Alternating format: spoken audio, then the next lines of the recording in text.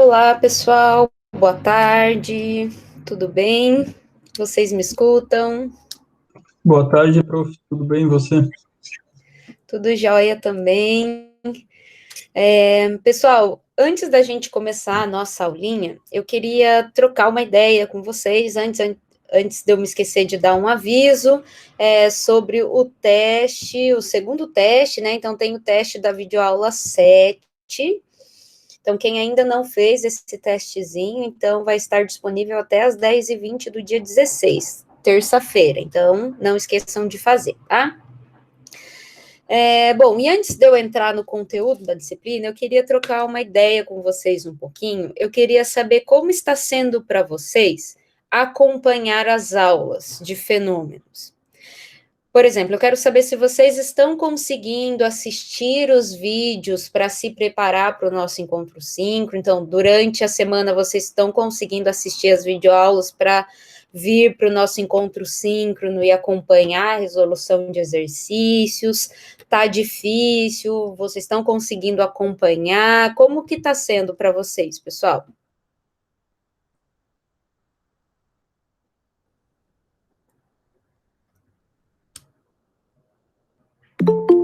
Eu vou entender que não está sendo, se vocês não falarem. Porque o motivo é justamente eu estou preocupada. Estou, de fato, preocupada, pessoal, porque eu tenho a impressão que nem todos estão acompanhando, tá? Então, assim, até pela quantidade de pessoas que têm participado, né, das videoaulas, das aulas síncronas, aí eu fico mais preocupada ainda, porque eu não sei se está acompanhando bem, e imaginando, pessoal, que vai chegar ainda mais semana de prova, vocês vão estar estudando para a prova, vai estar mais acumulado. Então, assim, é importante estudar toda semana. Tá, eu estou lendo aí os comentários, então tá mais puxado mesmo, então as semanas estão carregadas de mais conteúdo, então se a gente tivesse o tempo normal que a gente teria no semestre, as nossas semanas não seriam tão carregadas de conteúdo, tá? Então eu concordo que é puxado mesmo, então como é muito conteúdo na semana, então é muito importante não deixar acumular, certo? Deixar, não atrasar. Porque, assim, se você perder a parte teórica, pelo menos as videoaulas são de teoria, aquelas que são de resolução de exercícios, talvez dê para deixar para depois, mas as aulas teóricas, elas sempre vão dar base para o que a gente vai fazer no encontro síncrono. Se você não viu lá a aula teórica, como que você vai entender o exercício? Se você nunca viu isso, nunca ouviu falar do tema, entendeu? Então, para que funcione as nossas aulinhas e para que vocês consigam entender, é importante acompanhar as videoaulas, tá? Alguém quer fazer mais algum comentário?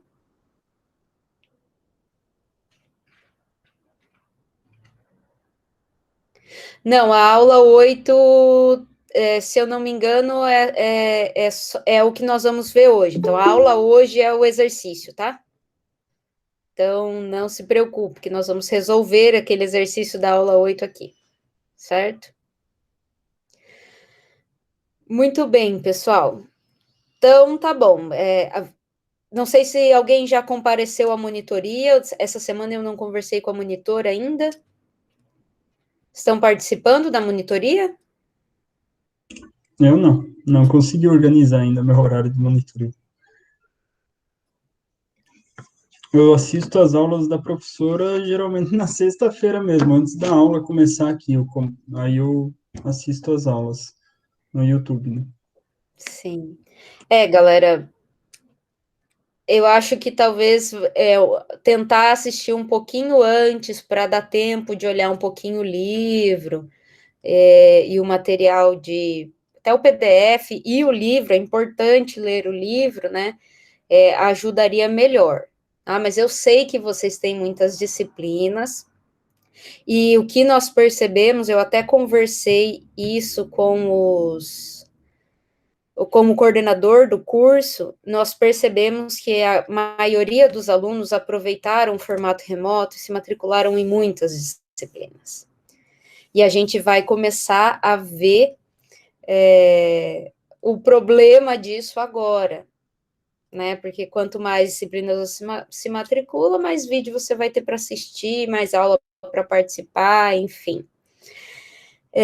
Então, eu estou um pouquinho preocupada com isso. Se alguém precisar conversar sobre a dificuldade de acompanhar a aula nesse formato, entre em contato comigo ou vem no P-Aluno, vamos conversar um pouquinho para a gente tentar encontrar uma forma adequada, tá, para você conseguir acompanhar a aula. Muito bem, pessoal. Muitas matérias, né? Exato. Então, ó, eu acho que, se eu não me engano, o prazo para cancelar disciplinas ainda não acabou. Se eu não me engano, é até dia 22 de março.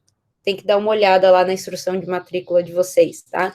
Mas repensem, se tiver muito apertado, repensem. Dá tempo de cancelar disciplinas aí, tá? Certo, pessoal? Então, vamos falar um pouquinho sobre o conteúdo dessa semana. Então, essa semana, as videoaulas, basicamente, foi uma aula muito importante, que foi a dedução da equação diferencial da conservação da espécie química, né? Então, nós fizemos um balanço de massa de uma espécie química dentro de uma mistura, vimos em termos de fluxo total, em todas as direções, numa geometria cartesiana, o que entra, o que sai, como a gente pode escrever uma geração de massa de uma espécie química, e o acúmulo de uma espécie química, colocamos isso no balanço, e obtivemos a expressão, né, da conservação da espécie química. Então, pessoal, por que é importante, muito importante, entender essa dedução, esse passo a passo? Vocês não terão exercícios para resolver, para repetir essa dedução. Não é esse o objetivo, vocês não terão que fazer essa dedução de novo. Mas por que é importante que nós façamos junto e entendamos a dedução? Para que você olhe para a equação e entenda o que significa cada termo da equação. Dessa forma, num exercício aplicado, você tem condições de saber, esse termo não é importante, ele é desprezível nesse momento, então eu posso cancelar e simplificar a equação, certo?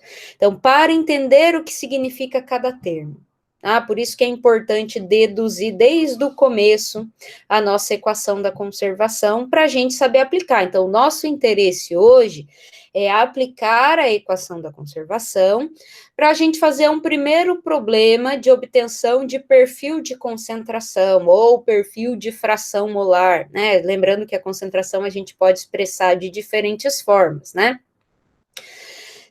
Então, nós queremos aplicar aproveitando os tipos de condições de contorno que vocês estudaram essa semana também, né? Então, a gente viu que a gente pode expressar a condição de contorno por um valor conhecido de concentração, então, contorno é a fronteira, né, do meu domínio. Então, na fronteira, dizer qual é a concentração, ou se eu não sei a concentração, dizer qual é o fluxo, ou dizer que o fluxo naquela superfície é zero, porque eu tenho uma superfície isolada, transferência de massa, ou eu tenho uma convecção na superfície. Então, aplicar os tipos de condições de contorno, que é semelhante às condições de contorno que vocês aplicavam lá em Fenômenos 2. Meu gato resolveu participar da aula aqui, subiu na mesa, não sei se vocês viram, deixa eu... Deita aí. Então, as condições de contorno são muito semelhantes, claro que sabendo delimitar que o que nós estamos olhando agora é a massa, é a concentração da espécie química, né? Então, nós vamos aplicar e vamos resolver um problema hoje de obtenção de perfil de concentração, que vai ser muito semelhante como a gente trabalhava lá em Fenômenos 2, tá? De um problema mais simples possível. Então, em estado estacionário, sem reação química, unidirecional, tá? E vamos ver como funciona e como a gente pode usar a equação da conservação, tá?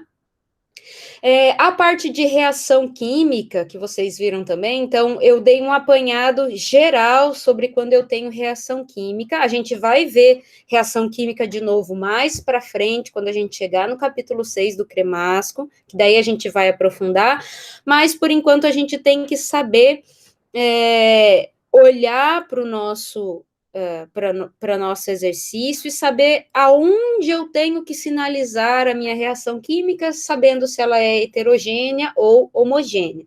Então, a gente precisa identificar isso primeiro, né?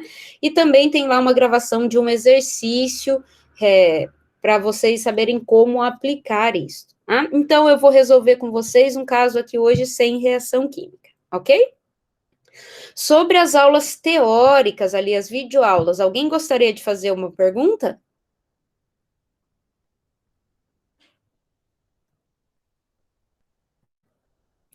Certo, pessoal. Então, antes de compartilhar a aulinha com vocês, eu vou só fechar minha câmera e meu microfone um instante, porque meu gato deitou em cima aqui do computador e da minha mesa digitalizadora e eu preciso tirar, tá bom? Então, só um minutinho. Já volto.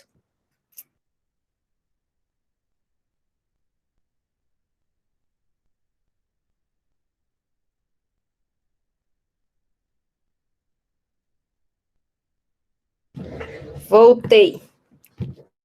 Deixa eu compartilhar com vocês aqui, então, a apresentação.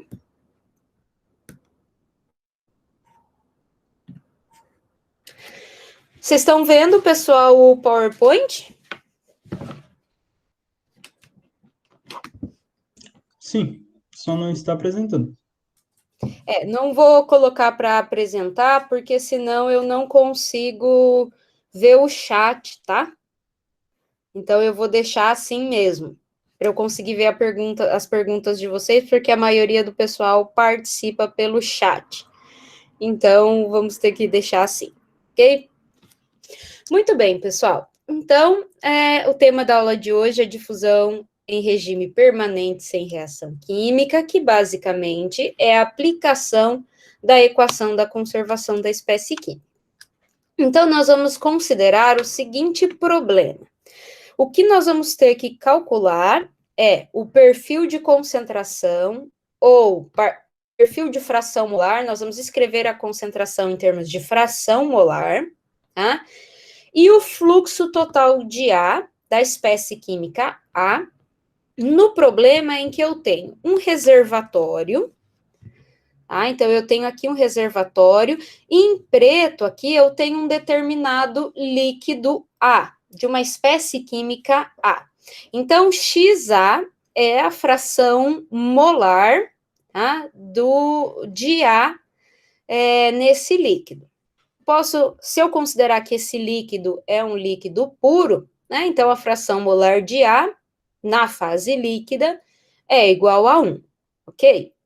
Então, o nível marcado aqui como Z1 é o nível em que esse líquido A se encontra, tá bom? Então, apesar do desenho estar tortinho aqui, a gente sabe que é reto, né? Então, Z1 é o nível em que o líquido se encontra aqui, tá?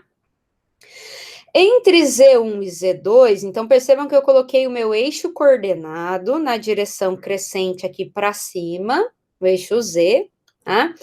Então, entre Z1 e Z2, eu tenho uma parte desse reservatório que tem ar, certo? Então, obviamente que se eu dissesse que eu não tinha nenhuma espécie química, eu teria que ter vácuo ali, né? E eu não tenho vácuo. Então, pensa aí no seu copo de água, tem o nível do líquido, e em cima do líquido ainda tem um restinho de copo, né? Então, naquele restinho ali de cima do líquido, eu tenho ar.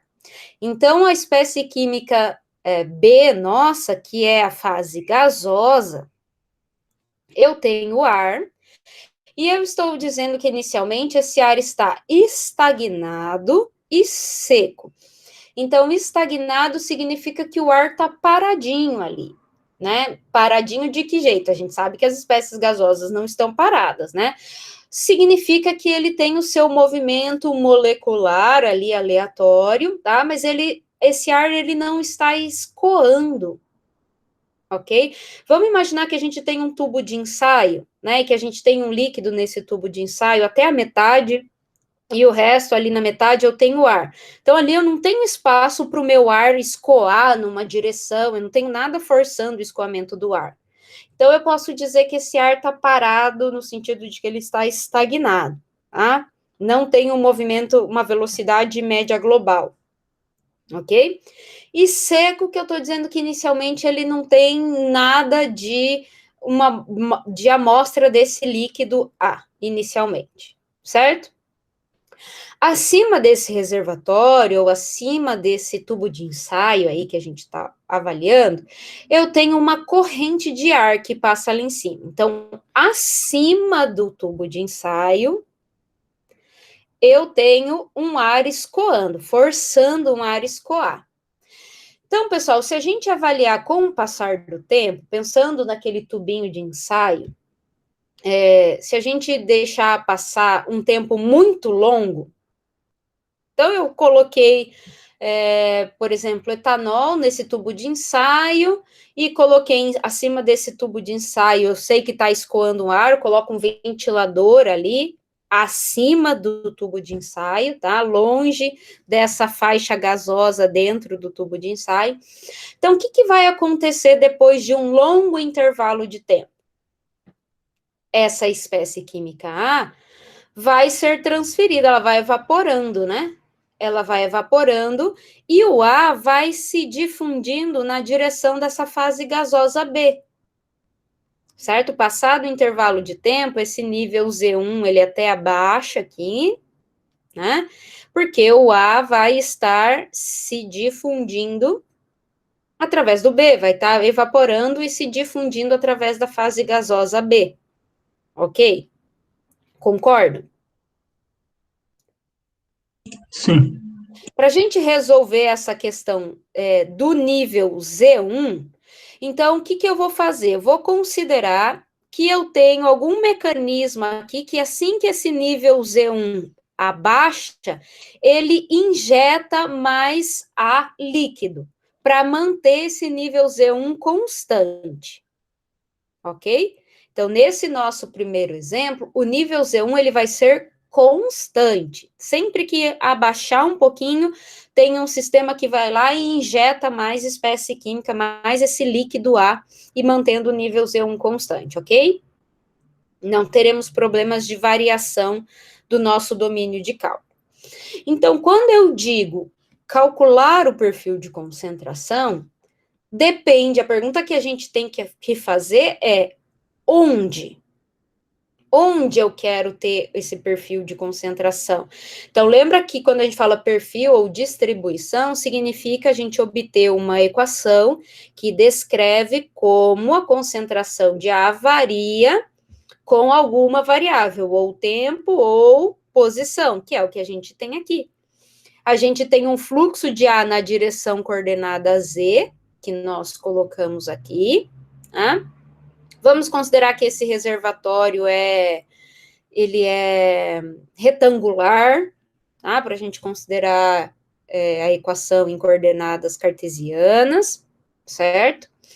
Então, A se difunde na direção crescente de Z, perceba que a flechinha do A e do meu eixo coordenado estão na mesma direção, então não é à toa, tá? Eu coloquei o meu eixo coordenado crescente na direção da difusão de A, certo? Porque se inicialmente a minha fase gasosa B é seca, não tem nada do A, eu tenho uma diferença de concentração aqui na interface líquido-gás e na fase gasosa, certo? Então, como eu tenho a diferença de concentração de A, o A vai se difundir em direção da fase gasosa, que é onde eu tenho uma concentração menor. Então, onde a gente vai ter perfil de concentração? Nessa fase gasosa, dentro do reservatório, mas acima aqui da fase líquida. A fase gasosa está acima da fase líquida. Então, o nosso domínio de cálculo, que é onde nós vamos resolver, vai do Z1 até o Z2, concorda? Então, onde nós vamos encontrar o perfil de concentração ou de fração molar, vai ser entre Z1 e Z2. Então, eu já sei, olhando aqui para esse domínio de cálculo, para esse volume de controle, então, eu já estou definindo o meu volume de controle, né? Então, eu já estou definindo a direção Z, aonde eu vou ter que oferecer condições de contorno. Porque a fronteira desse volume de controle vai ser em Z1 e Z2. Ok, pessoal, entendido como a gente definiu o nosso volume de controle?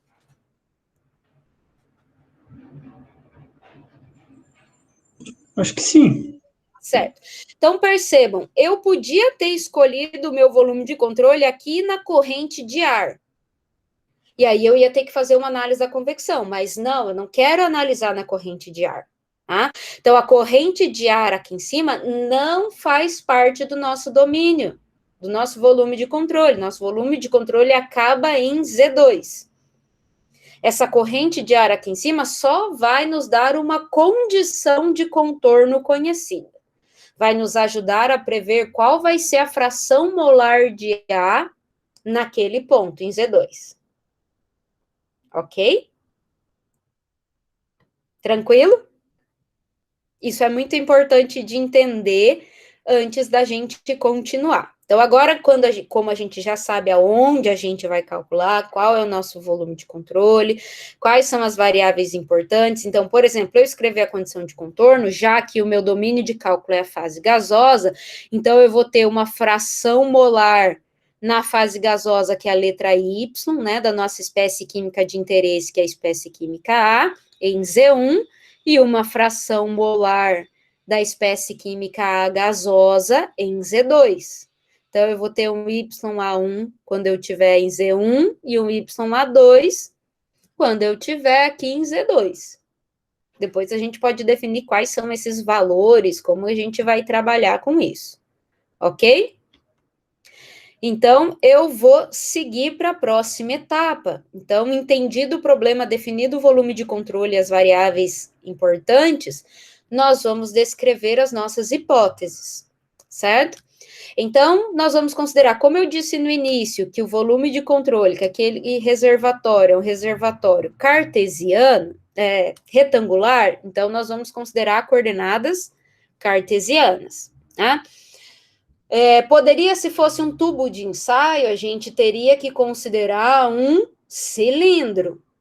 Se fosse um capilar, que é um tubinho com raio pequeno comparado com o comprimento, capilar também as coordenadas são cilíndricas. Cuidado com relação a isso, tá? Nós vamos considerar estado estacionário. Por quê, pessoal? Percebam que na figura anterior eu disse que o meu Z1 aqui, ó, é constante. Sempre que ele abaixa, eu estou vindo aqui adicionando mais A. Tá? Então, o que eu estou fazendo? E a partir do momento que eu tenho essa corrente de ar, que assim que a espécie química A chega aqui no topo, em Z2, essa corrente de ar arrasta a espécie química lá para longe do meu volume de controle, eu estou sempre fazendo com que eu tenha uma grande diferença de concentração e não tenha acúmulo de A no volume de controle. Então, se eu... Diga. Mas não estaria sujeito, então, essa difusão de ar na corrente de ar? Tipo, não estaria Eu tenho um sujeitado a isso? perfil de concentração na corrente de ar, mas que não é o nosso interesse agora. O nosso interesse agora é o perfil de concentração que se forma nesse espaço entre Z1 e Z2. Então, Inclusive, necessariamente não precisa, digamos, saturar essa fase gasosa B para passar o A para a corrente de ar, né? não, nós não queremos saturar. Perfeito. Para a gente manter um estado estacionário, a gente não pode ter acúmulo de ar. Então, a gente está favorecendo sempre a diferença de concentração para que o A esteja sempre se difundindo na direção crescente de Z. Então, não vai ter acúmulo e eu não vou chegar no equilíbrio. Perfeito, muito obrigado, prof. Ok? Então, aí nos permite dizer que nós estamos num estado estacionário. Certo? Vamos considerar, pessoal, antes que eu me esqueça, estado estacionário, pessoal, quando eu pegar a equação da conservação, o que significa? Significa que aquele meu termo dCA dt é igual a zero, porque eu não tenho acúmulo, ok? Eu vou considerar também que nós não temos reação química, nem heterogênea, nem homogênea. Nós não temos nenhum tipo de reação química. Então, nesse caso, o meu termo RA 3' é igual a zero, porque eu não tenho reação homogênea. Só esperar o caminhão passar. E eu também não vou escrever reação química na condição de contorno, porque eu também não tenho reação heterogênea. Certo? Eu vou dizer que as paredes do meu reservatório são impermeáveis. O que significa isso? Significa que eu estou forçando o fluxo unidirecional em Z. Então, o fluxo de A, o fluxo total de A está nessa direção, em Z, certo? Não escoa em Y, não escoa em X, porque as paredes são impermeáveis, certo? Eu vou dizer que o meu B está estagnado. Está parado, como a gente falou, tem só o movimento molecular. Tá? Pessoal, o que significa dizer que o fluxo, que o B está parado? Se vocês lembrarem, uma forma de eu expressar o fluxo da espécie química B, ou da espécie química A, enfim, da espécie química I, é o fluxo difusivo mais o convectivo, certo? Se vocês lembrarem, fazendo essa continha, ia resultar aqui em concentração de B vezes a velocidade da espécie química B, certo? Fazendo já a diferença. Se o B está estagnado, velocidade do B é igual a zero, certo? VB não tem velocidade. Se a velocidade de B é zero, eu posso dizer que o fluxo de B também é igual a zero. O fluxo total de B é igual a zero. Entendida essa etapa? Então, essa hipótese de considerar que a espécie química B, que é o meio em que a espécie química A está se difundindo, está estagnado, é muito importante. Porque resulta no fluxo total de B igual a zero.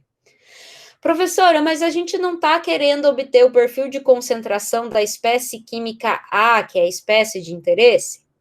Sim, mas lembra, o meio B sempre interfere como vai acontecer a difusão de A, certo? Então, a gente precisa obter esta informação, tá?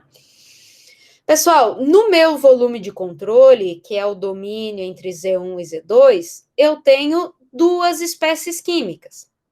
A espécie química A, que é a nossa espécie química de interesse, e o meio B, certo? Então, são só duas espécies químicas. Poderia ter mais? Poderia. Nesse caso, eu estou considerando o ar como uma única espécie química, certo? Vou considerar que a temperatura e pressão são constantes. Se temperatura e pressão são constantes, quem vai ser constante também? Quem depende da temperatura e pressão que nós já estudamos? Não, a concentração não pode ser constante. K, nós temos K, o que é K? K não, é o DAB, né? DAB, que é a difusividade. Então, o K é lá a condutividade térmica, né? Muito bem. Então, é isso. Então, a difusividade do A no B também será constante. E nós vamos considerar que essa nossa fase gasosa é uma fase gasosa ideal, né? Porque nós podemos usar PV igual a nRT para calcular a concentração da mistura, né? Número de mols por volume, que vai ser a concentração da mistura, vai ser P sobre RT, ok? Dúvidas das hipóteses, pessoal?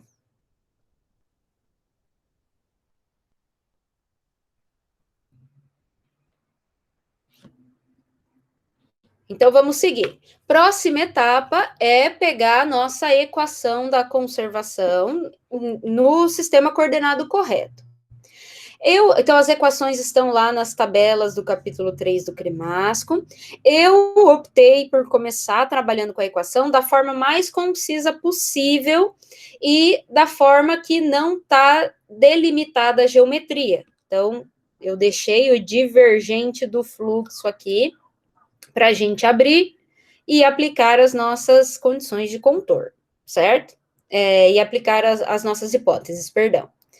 Então, vamos simplificar essa nossa equação. Pessoal, pela hipótese 2, estado estacionário, nós não temos acúmulo.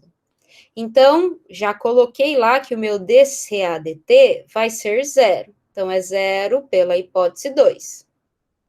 Ok? E pela hipótese 3, nós não temos reação química, nem homogênea, nem heterogênea. Então, o nosso RA 3' é igual a zero em função da hipótese 3. Uma observação que eu esqueci de falar, percebam que eu peguei a equação aqui em termos molares e não peguei em termos mássicos.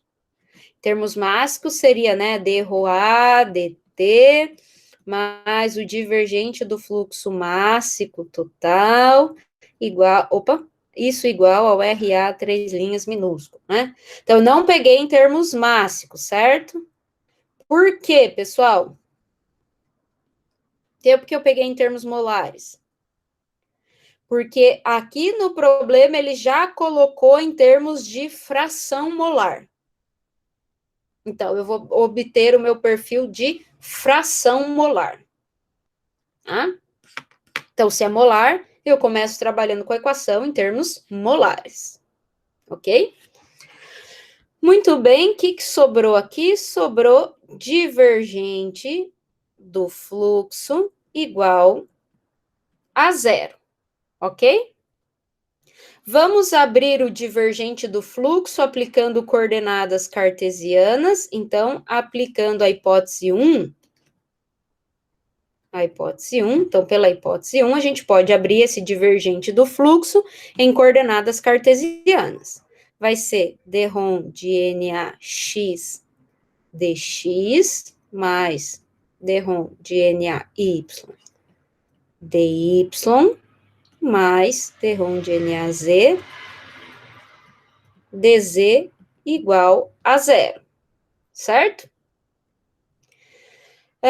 Muito bem, pessoal, podemos aplicar algumas hipóteses aqui. Por exemplo, a hipótese 4 é de fluxo unidirecional em Z. Então, se o meu fluxo é unidirecional em Z, eu não tenho fluxo na direção X, então eu posso zerar o termo de fluxo em X, e também zerar o termo de fluxo em Y. Certo? O que sobrou aqui? Já posso escrever, então, derivada, né? Mudar a derivada aqui, porque o fluxo é apenas função de Z. Certo? Pessoal, o que significa esta equação? Então, eu vou chamar essa equação de 1, essa aqui final que a gente obteve, e ela tem uma informação muito importante. O que significa a derivada de alguma coisa com relação a Z ser igual a zero?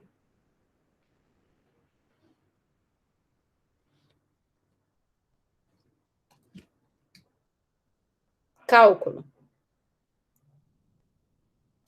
significa que o fluxo de A na direção Z é constante. Certo? Então, se a derivada de NAZ com relação a Z é igual a zero, significa que esse NAZ é constante com relação a Z. Ok? E isso é uma informação que nós vamos aproveitar na próxima etapa. Muito bem, pessoal. Então, nós vamos pegar esta equação 1 que nós obtivemos. Qual que é a próxima etapa? Vamos abrir este fluxo. A gente já sabe qual é a equação do fluxo total molar. Então, nós vamos pegar a equação do fluxo total molar e colocar aqui no lugar dele. Certo?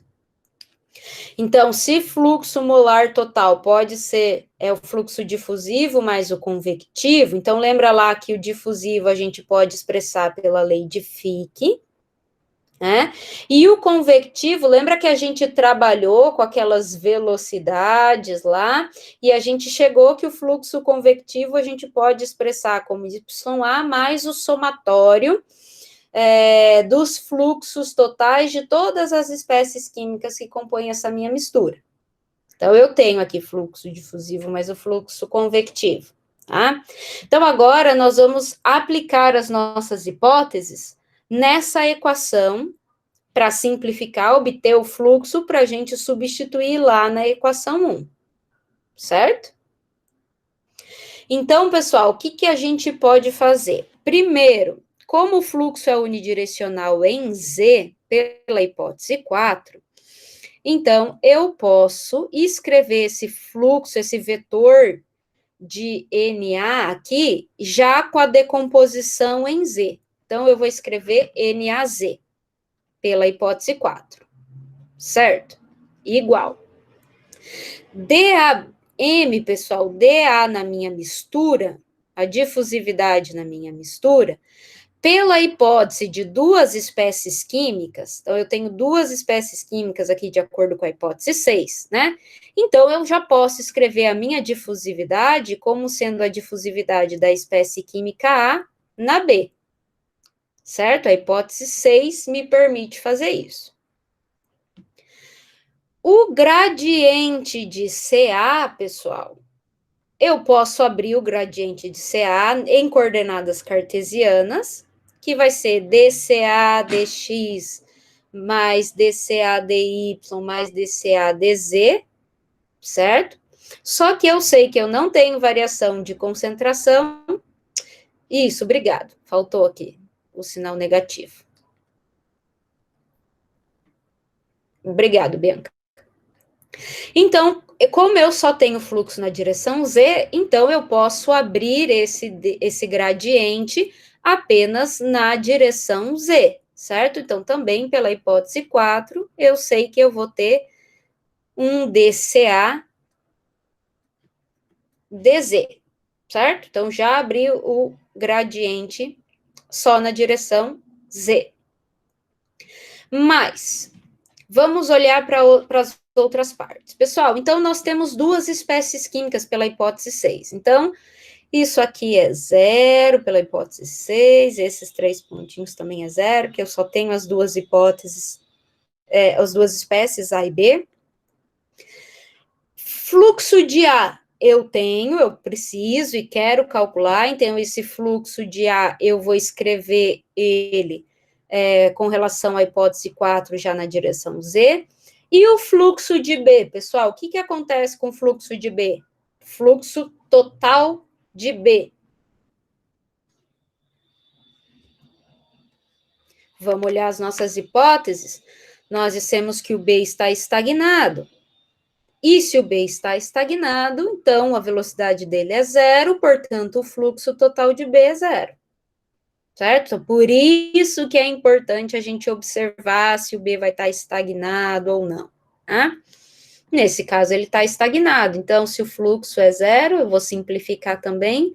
Esqueci o número da hipótese, 5. Então, também é 0 pela hipótese 5, certo? Então, o que sobrou disso aqui? Sobrou YA vezes NaZ. Bom, pessoal, como esse termo é função de Z, eu vou passar ele negativo lá para o outro lado, né, para juntar NAZ com NAZ, e vou colocar o NAZ em evidência. Já, certo? Então, NAZ vezes, aqui tem 1 multiplicando, né, então vai ser 1, menos, então esse termo passou negativo, então o que sobrou lá? YA. Igual, pessoal, CA, se eu quero escrever o perfil, então percebam que aqui, concentração, nessa equação do fluxo, nós temos concentração molar de A e fração molar de A. A gente tem que converter ou em um ou em outro. Tá? Então, como a gente já tem fração molar, eu vou escrever essa concentração de A em termos de fração molar. Então, eu sei que CA é fração molar de A vezes a concentração da mistura. Certo? Então, DAB, DCYA, DZ, negativo, sinal negativo, agora não vou me esquecer. Pessoal, olha, vejam bem, concentração da mistura, ela é constante, ela é variável, a concentração da mistura, ela é constante ou ela é variável?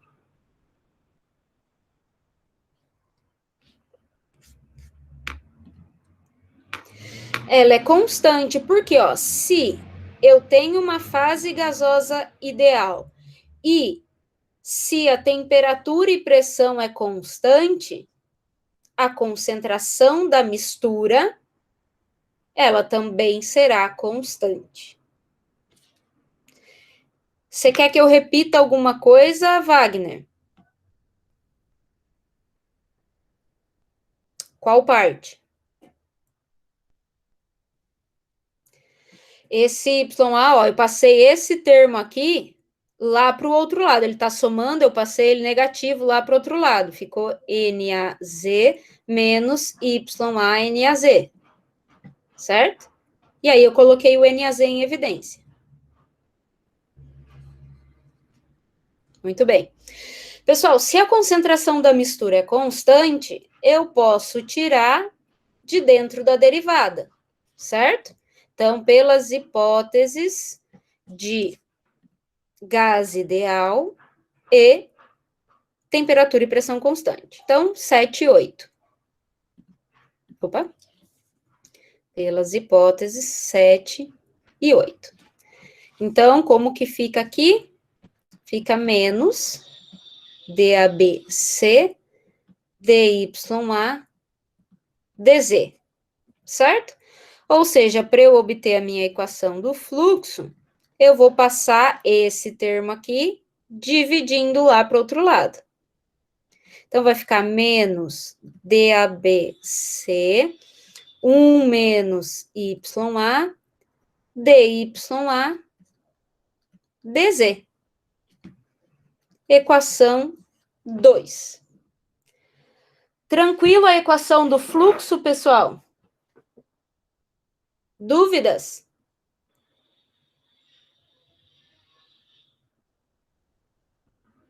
Posso seguir? Certo. Então, o que eu vou fazer agora, pessoal? Eu vou pegar essa equação 2, que é a equação do fluxo, e vou substituir aqui nessa equaçãozinha 1. Certo?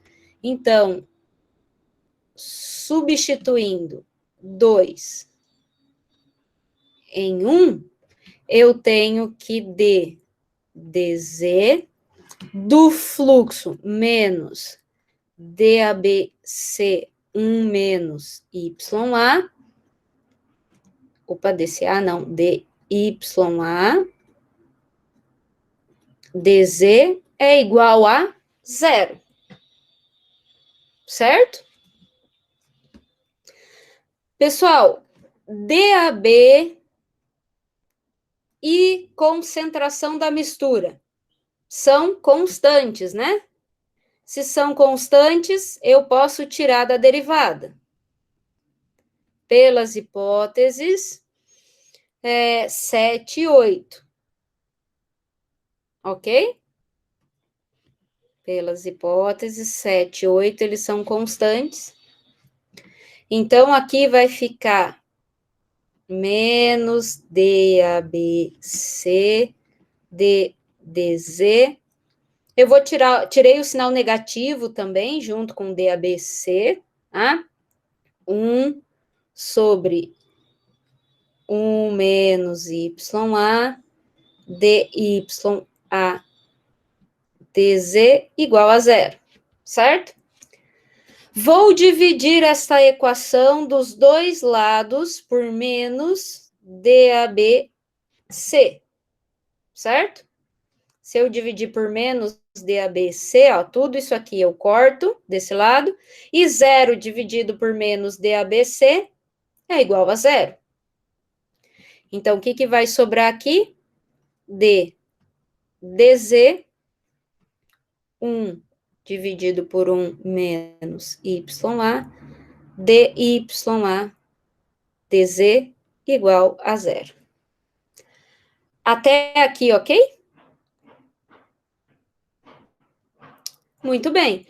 Então, pessoal, para eu resolver esta equação diferencial, o que eu tenho que fazer? A próxima etapa? Integrar, certo? Então, eu posso passar esse DZ lá para o outro lado e integrar dos dois lados, né? Então, já vou passar aqui e integrar dos dois lados. Então, a integral da derivada vai ser tudo que está aqui dentro. 1 dividido por 1 menos YA, DYA, DZ, mais uma constante, que eu vou deixar ainda em stand-by.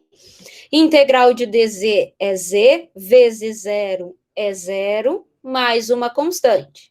Então, aqui eu tenho mais uma constante, aqui eu tenho mais uma constante. Se eu passar essa constante negativa para o outro lado, constante menos constante vai ser igual a outra constante que a gente ainda não sabe. Então, eu vou chamar tudo isso de constante. C1.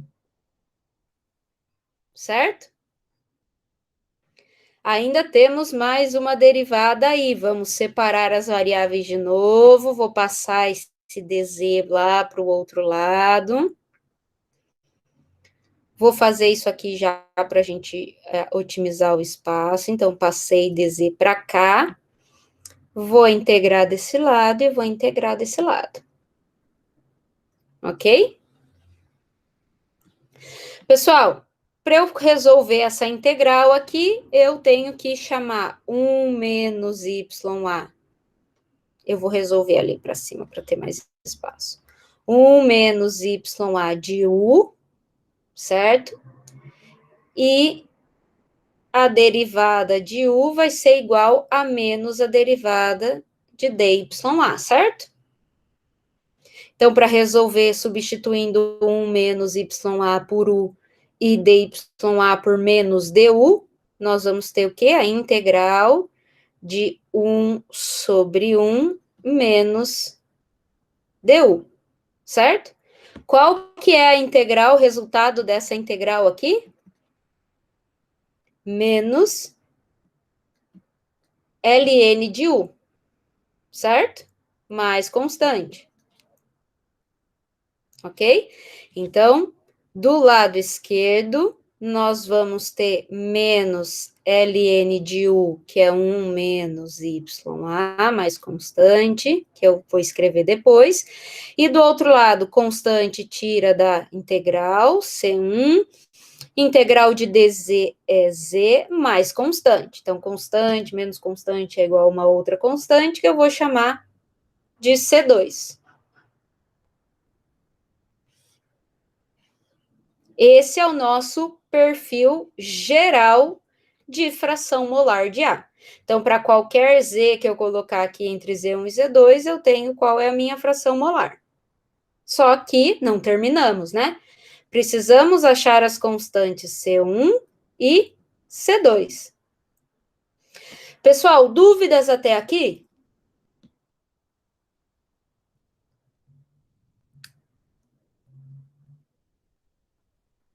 Posso seguir? Muito bem, pessoal. Para nós acharmos as constantes C1 e C2, o que a gente tem que fazer?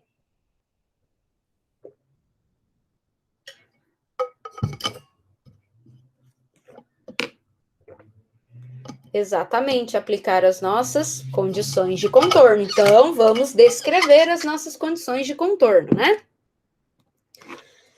Então, vamos olhar, pessoal. Então, lembrando do nosso desenho, né?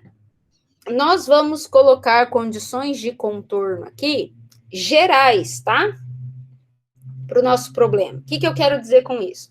Eu estou dizendo que onde eu tenho Z1, eu vou dizer que a fração molar ali vai ser um YA1.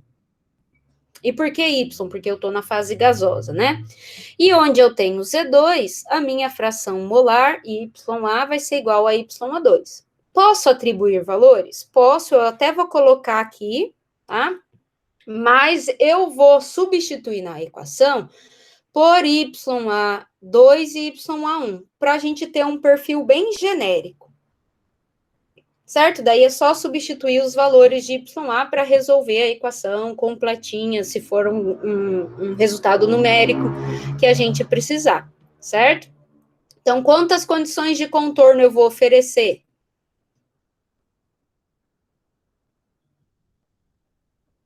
Duas condições de contorno, porque eu tenho o fluxo aí unidirecional, né? Então, eu tenho duas fronteiras na direção Z, né? Então, a condição de contorno 1, quando Z for igual a Z1, o meu YA, tá ali no desenho, vai ser igual a um YA1. Como eu poderia encontrar, eu vou substituir dessa forma na resolução do exercício, mas vamos discutir. Como eu poderia encontrar o valor desse YA1? Alguém sabe me dizer? Me dá uma sugestão? Lá das condições de contorno, da aulinha das condições de contorno? Lei de Raoult-Dalton.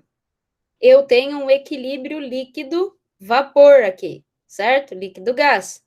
Então, eu posso dizer que, igualando as equações e trabalhando com a lei de Raoult-Dalton, eu posso dizer que a fração molar na interface aqui, que é o meu YA1, eu posso dizer que é a fração molar da fase líquida, pressão de vapor de A pela pressão total, certo?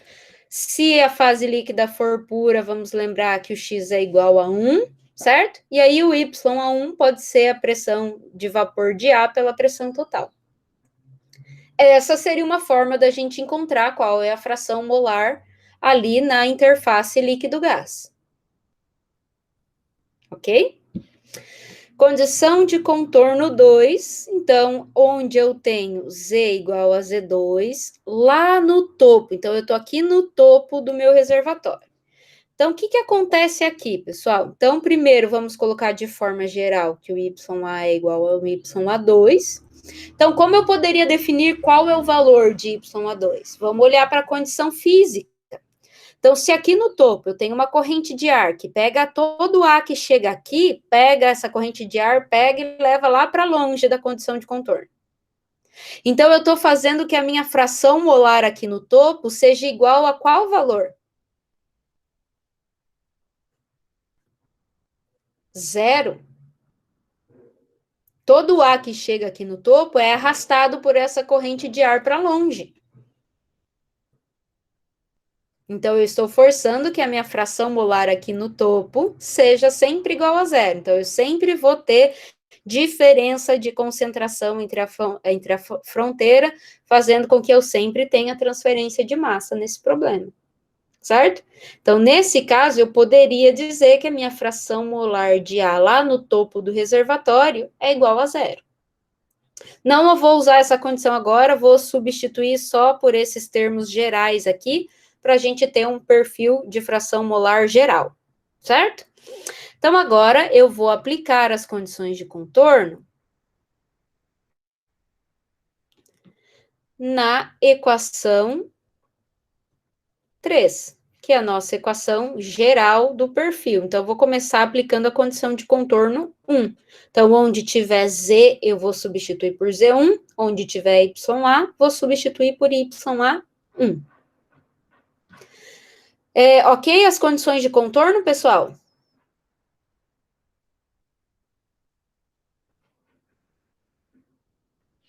Certo. Então, tá aqui a nossa equação 3. Então, onde tem Z, eu vou colocar Z1, e onde tem YA, eu vou colocar YA1, certo? Então, vamos lá. Eu vou ter menos ln de 1 menos YA1 igual a C1. Tem o Z, então eu vou colocar Z1 mais C2. Vou isolar C2, certo? Então, eu vou dizer que C2 é igual a C1. Opa, vou colocar o ln primeiro, menos ln de 1 menos YA1 menos C1 Z1. Equação 4. E vamos aplicar a condição de contorno 2 na equação 3, certo? Então, menos ln de 1 menos YA, então eu vou colocar YA2, que é o que diz lá a minha condição de contorno, 2, e o Z vou substituir por Z2, igual a C1, Z2 mais C2. Mesma coisa, vou isolar C2, fazer um sisteminha de equações, né, pessoal? C2 é igual a menos ln de 1 menos YA2 menos C1 Z2. Equação 5. Se nós igualarmos as duas equações, ou seja, se C2 tem que ser igual a C2, equação 4 tem que ser igual à equação 5, certo? Então, vou igualar essas duas equações. Então, vai ficar menos ln de 1 menos YA1 menos C1Z1 igual a menos ln de 1 menos YA2 menos C1Z2. Deixa eu só conferir se eu não me perdi aqui, pessoal, para a gente não comer barriga. Vocês também vão me ajudando aí a conferir, tá? Para não comer barriga, não comer sinal, essas coisas. Certo. Pessoal, o que eu vou fazer agora? Eu vou passar esse termo aqui lá para o outro lado positivo e vou passar esse termo aqui negativo lá para o outro lado. Vou isolar C1 porque eu quero achar a constante 1, tá? Então, já colocando C1 em evidência e passando esse termo positivo lá para o outro lado, vai ficar Z2 que vai positivo menos Z1, certo? Menos ln de 1 menos YA2 mais ln de 1 menos YA1, ok?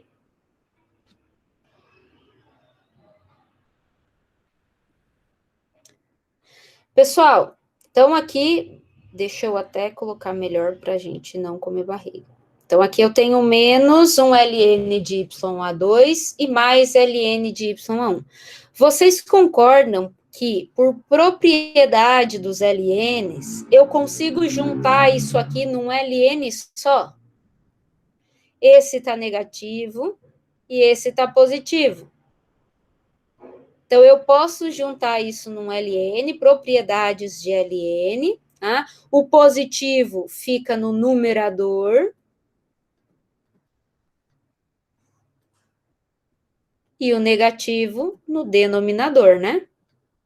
Então, isso aqui fica igual, é a mesma coisa que escrever o ln nesse formato. Então, isso aqui é igual a C1 Z2 menos Z1. Ok? Então, C1 é igual a ln de 1 menos y1 dividido por 1 menos y2. Passo o z dividindo, então, vezes 1 dividido por z2 menos z1.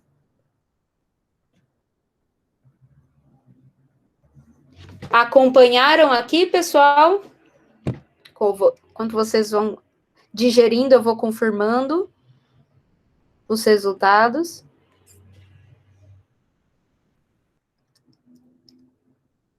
Beleza? Ok, pessoal. Então, o que eu vou fazer agora? Esse C1, eu vou voltar aqui. Posso aplicar ele tanto na equação 4, quanto na equação 5, tanto faz para achar C2. A diferença é que se eu aplicar na equação 4, eu vou ter aí o meu C2 função de y1, né? E se eu aplicar na equação 5, o C2 vai estar em função do y2, tá? Mas, pessoal, tanto faz, tá bom? Não tem problema. Fiquem à vontade, tá? Os dois estão certos. Eu vou substituir aqui na equação 4, tá? Só para eu seguir o meu roteiro aqui, para a gente conseguir ir conferindo se vai comendo barriga ou não, tá? Mas tanto faz. Muito bem, então, substituindo, equação, que eu já me esqueci o número, 6, na equação 4. Vamos fazer direito. Equação 6 em 4, né? Então, lá na equação 4, eu tinha que C1 era igual a menos ln de 1 menos y1. Conferindo aí nas anotações de vocês. Menos C2Z. Deixa eu ver aqui. Isso, a C1 a gente já encontrou, é C2. Isso. Obrigada. Então, menos ln de 1 menos y1 menos a C2, que a gente obteve na equação 6, que é isso aqui. ln de 1 menos y1 dividido por 1 menos y2 vezes 1 Z2 menos Z1 vezes, então, olhando aqui a equação, era menos C1 vezes Z1. Então, vezes Z1, certo? Deixa eu conferir aqui. Se eu não comi barriga, acho que não, né? Pessoal, eu posso escrever esse Z1 aqui, que está multiplicando aqui fora, aqui dentro, né, do parênteses. Só vou escrever ele aqui, ó, que ele está multiplicando Z1. Mesma coisa, certo? Não vou trabalhar ainda com nenhuma matemática aqui, vou deixar a constante 2 aqui. Acho que essa é a nossa equação 7. Então, eu achei C1. Achei C2, vou deixar ela assim por enquanto. O que nós vamos fazer? Substituir a equação 6 e a equação 7, que são as constantes, na equação 3. Vou substituir o C1, vou substituir o C2 e achar o meu perfil de fração molar final, certo? Substituindo equações 6 e 7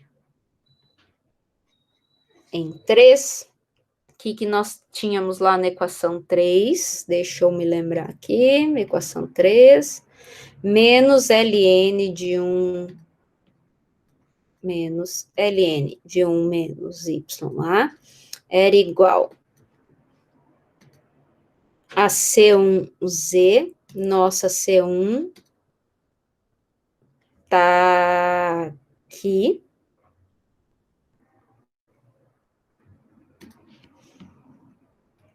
Ln de 1 menos y(A1) por 1 menos y(A2).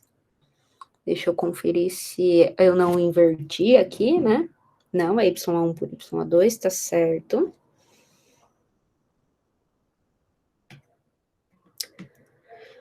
Um sobre Z2 menos Z1. Opa.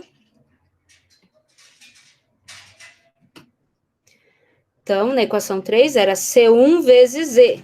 Então, vezes Z, eu já vou colocar ele ali no numerador dessa minha fração aqui. Então, vezes Z, certo? Mais C2. Minha C2, onde está ela? Minha C2 está bem aqui em cima. Então, mais C2 é menos ln de 1 menos y(A1). Vou escrever aqui embaixo, menos ln de 1 menos y(A1), 1 menos y(A2), vezes Z1, Z2 menos Z1. Ok, pessoal? Vou ter que adicionar mais um slide aqui em branco.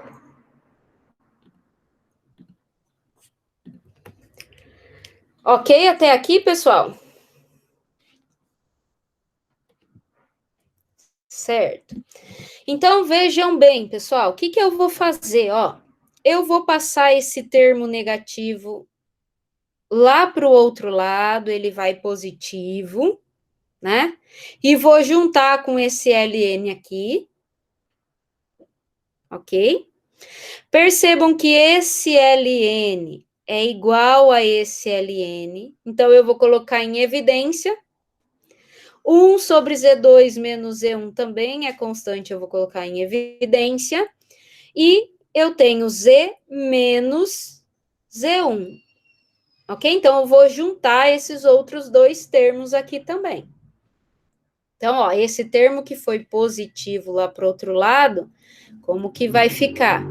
Então, fiquei com ln, 1 menos y(A1) é positivo, 1 menos y(A) é negativo, igual a ln de 1 menos y(A1) por 1 menos y(A2). Z2 menos Z1 é igual, né? Que eu vou colocar em evidência, ln, Z2 menos Z1, e unindo os termos aqui, que eu posso já unir nessa subtração, né? Vai ficar Z, que é positivo, menos Z1.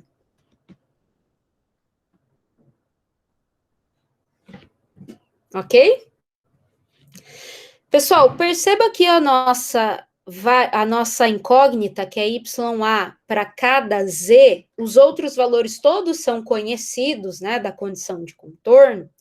Esse YA está aqui no denominador, tá? Eu quero passar esse YA para o numerador nesse ln.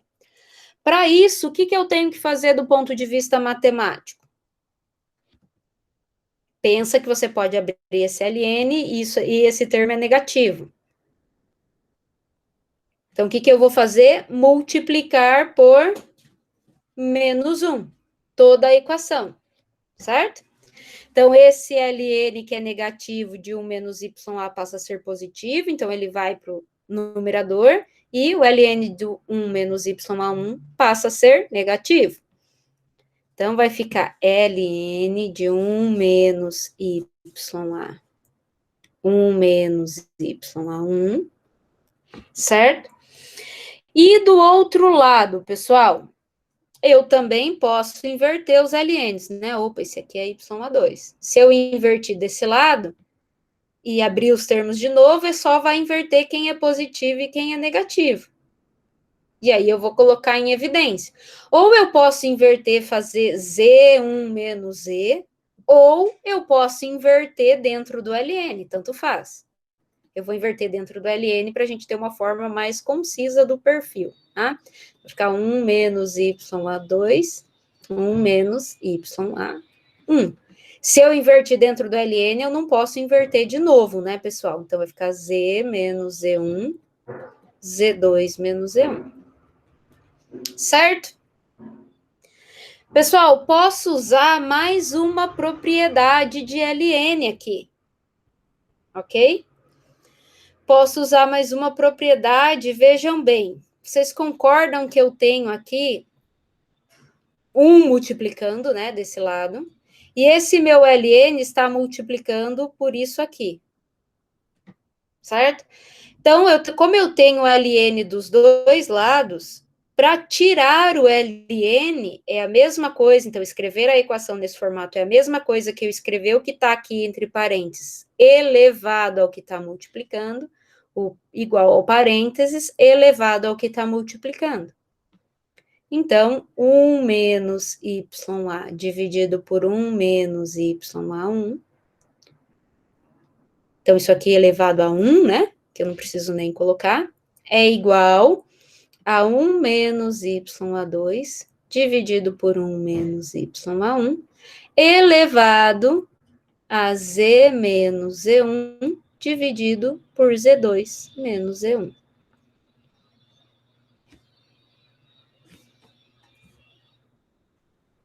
E terminamos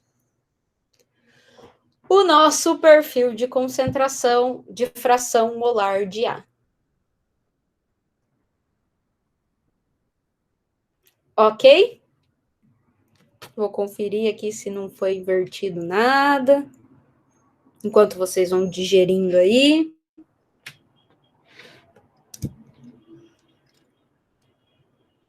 Dúvidas, pessoal?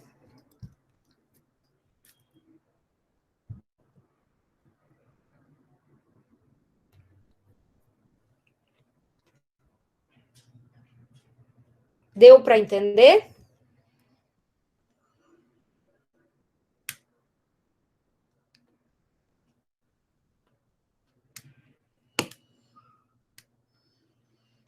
Ainda estão engolindo tudo isso?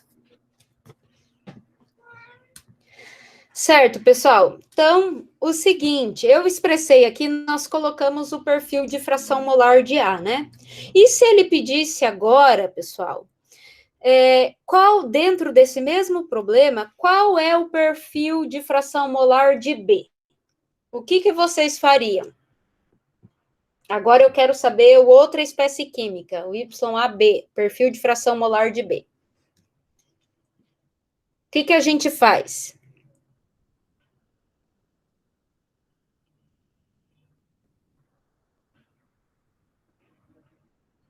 Começa tudo de novo? Ah, muito bem, Milena, é isso aí. Como nós temos duas espécies químicas, eu sei que um é igual a YA mais o YB, certo? Então, como a Milena escreveu ali, 1 menos YA é igual a YB. Então, ó, 1 menos YA é igual a YB.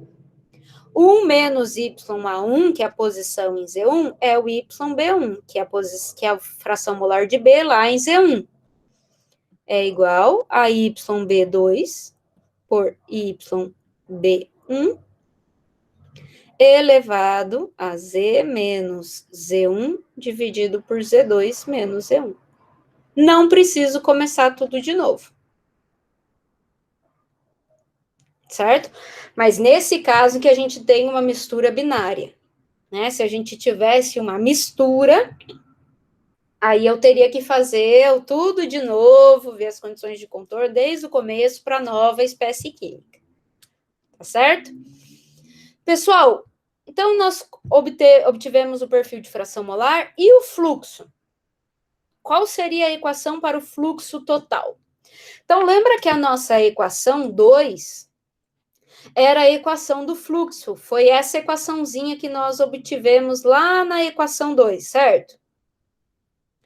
Bom, agora que nós já fizemos a descrição das nossas condições de contorno, Achei que estava aqui pertinho, mas não está.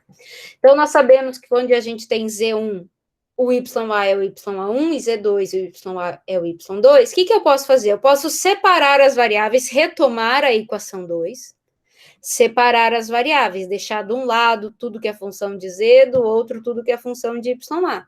Então, eu vou passar esse DZ multiplicando lá para o outro lado, certo?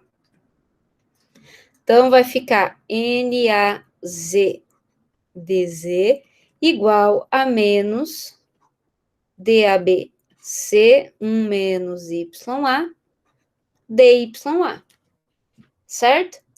Vou integrar desse lado no meu domínio de cálculo de Z1 a Z2 e vou integrar o meu YA lá das posições da condição de contorno, onde eu tinha Z1, eu tinha YA1. Onde eu tinha Z2, eu tinha YA2. Certo? Pessoal, o que acontece com esse fluxo? Eu posso tirar ele de dentro da integral. Por quê?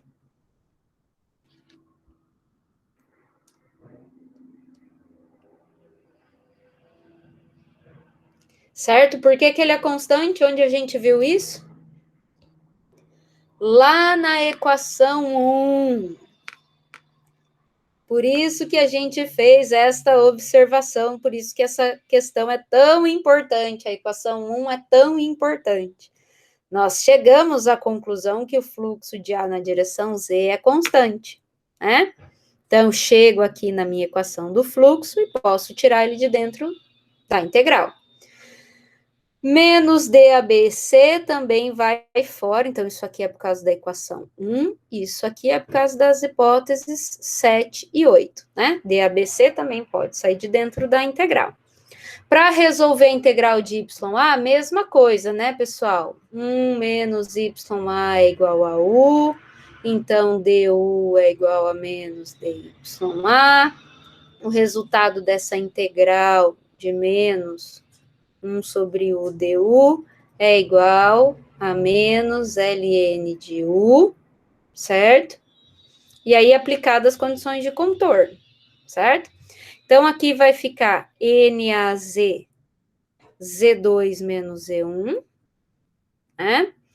E aqui vai ficar menos LN de 1 menos YA, variando de YA1 a YA2 vezes o menos DABC, que aqui eu não sumi com eles, né? Poderia passar dividindo lá para o outro lado, mas não, eles estão aqui, certo? Muito bem, pessoal, vou reescrever aqui em cima, vou usar esse espacinho aqui agora. Então, pessoal, esse menos com esse menos vai ficar positivo, certo? Então, o meu fluxo de A na direção Z vai ficar igual a menos, menos não, que eu já tirei esse sinal de menos, né? DABC, já vou passar o Z2 menos Z1 dividindo, vezes LN. LN de YA2 menos LN de YA1, certo? Que eu vou juntar tudo isso num LN, o positivo vai no numerador, 1 menos YA2, dividido por 1 menos YA1. Equação do fluxo pronta. Dúvidas?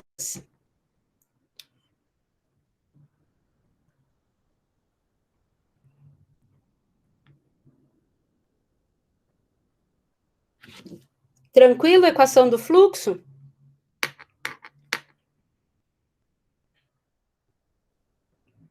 Ok, posso seguir?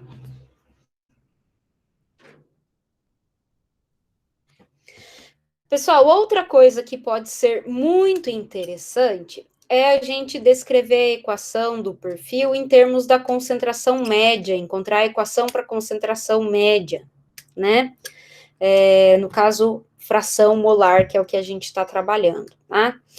Então, pessoal, Como que a gente faz isso? Então, vou usar, para ser mais simples o nosso cálculo, vou usar o perfil de fração molar do B, que eu retomei a equação aqui, tá? Vou deixar para vocês fazerem em casa, tá? Essa etapa. Mas vou dar algumas dicas aqui. Então, o YB médio nada mais é que eu pegar a minha equação do perfil de fração molar de YB e integrar este perfil em todo o meu volume de controle, que vai de Z1 a Z2. Então, eu vou integrar essa equação com relação a Z, de Z1 a Z2, e vou dividir pela integral do volume de controle.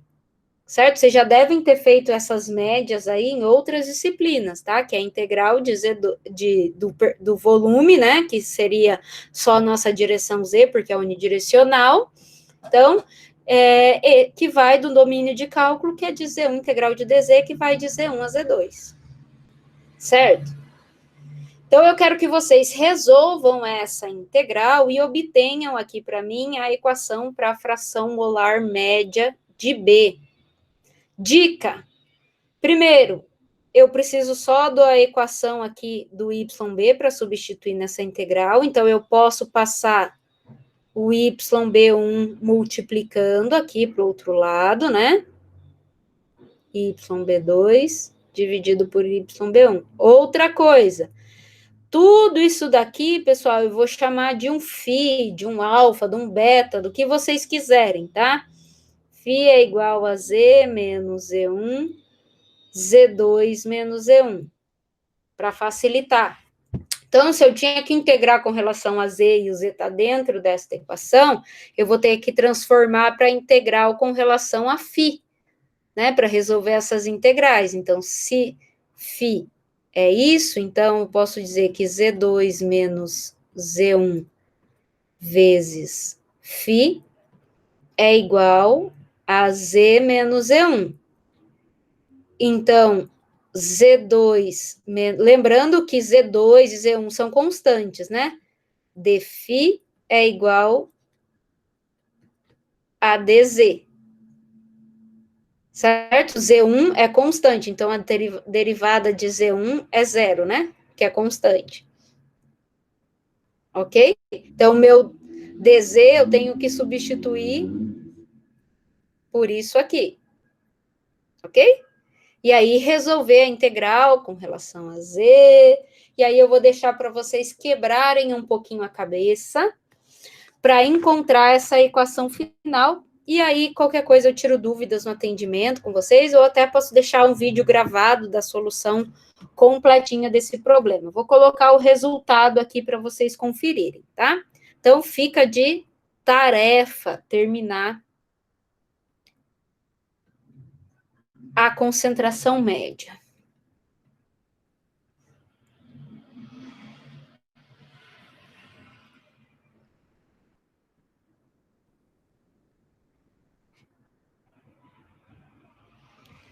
E se eu quiser a fração molar média de A, como a gente tem uma mistura binária, é só considerar que YA é igual a 1 menos YB, né? E reverter a equação. Então, esse é o resultado final, tá? Para vocês conferirem, tá? E aí eu deixo gravado ou no atendimento, depois eu vejo como for o andamento, aí se eu ver que vocês estão trabalhando, eu deixo gravado a solução final, o passo a passo, para vocês tirarem dúvidas aí com relação a essa integral, que vai dar um pouquinho de trabalho aí para vocês. Ok? Posso deixar essa tarefinha? Tudo bem?